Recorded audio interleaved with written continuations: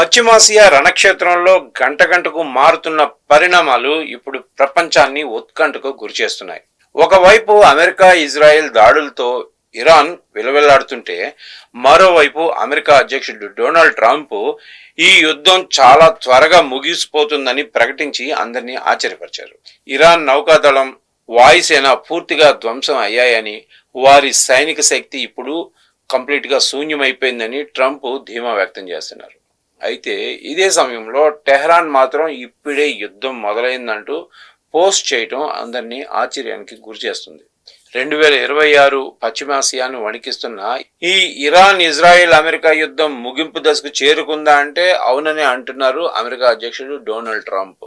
ఫిబ్రవరి 28వ తేదీన ప్రారంభమైన ఈ యుద్ధం ఇజ్రాయెల్ దాడులతో ఇరాన్ సైనిక శక్తి పూర్తిగా తుడిచిపెట్టుకుపోయిందని, యుద్ధం చాలా త్వరగా ముగిసిపోతుందని ఆయన ఆశాభావం వ్యక్తం చేస్తున్నాడు. అయితే ఫ్లోరిడాలోని తన డోరెల్ నేషనల్ గోల్ఫ్ క్లబ్లో సోమవారం జరిగిన ప్రెస్ మీట్లో ట్రంప్ మాట్లాడుతూ ఇలాంటి వ్యాఖ్యలు చేశారు.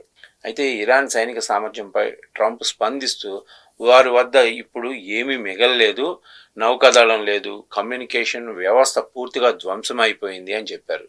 అలాగే వాయుసేన మొత్తానికి దాని ఉనికినే కోల్పోయింది, చివరకు డ్రోన్ల తయారీ కేంద్రాలు కూడా కంప్లీట్గా నేలమట్టం అయిపోయాయి అని వ్యాఖ్యానించారు. సైనిక పరంగా చూస్తే ఇరాన్ చేతులు ఎత్తేసింది అని ట్రంప్ పేర్కొంటున్నాడు.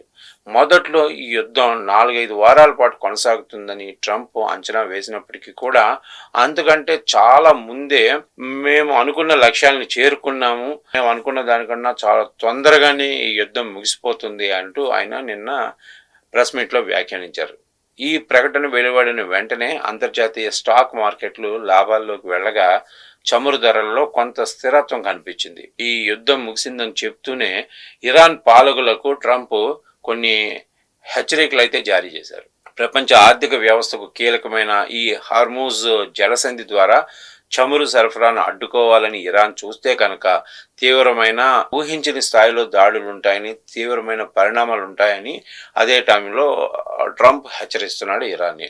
ఒకవేళ ఇరాన్ కనుక అలాంటి ప్రయత్నం చేస్తే మేము వారిని ఎంత దారుణంగా దెబ్బకొడతామంటే ఆ ప్రాంతం మొత్తాన్ని కోలుకోవడానికి కొన్ని దశాబ్దాలు పడుతుంది, అలాంటి దెబ్బ కొడతాము అంటూ ట్రంప్ చాలా తీవ్రంగా ఇరాన్ని హెచ్చరిస్తున్నాడు.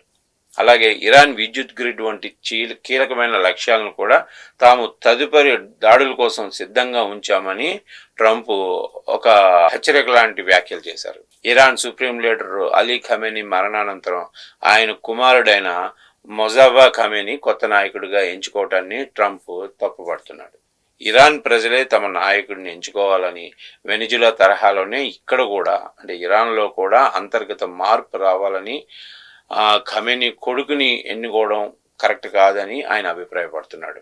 ఇదే అంశం మీద రష్యా అధ్యక్షుడు పుతిన్తో తాను ఫోన్లో కూడా మాట్లాడానని, పశ్చిమాసియాలో శాంతి నెలకొల్పడానికి పుతిన్ సహకరించడానికి సిద్ధంగా ఉన్నారని ట్రంప్ మాట్లాడుతున్నారు. వెంటగానేమో యుద్ధం ఇప్పుడే మొదలైందని పోస్ట్ చేయటం, ట్రంప్ ఏమో యుద్ధం అతి త్వరలో ముగిసిపోతుందని చెప్పడం, ఈ ఇద్దరి భిన్నమైన వాదనలు అమెరికాలో రాజకీయ చర్చకు దారితీస్తున్నాయి.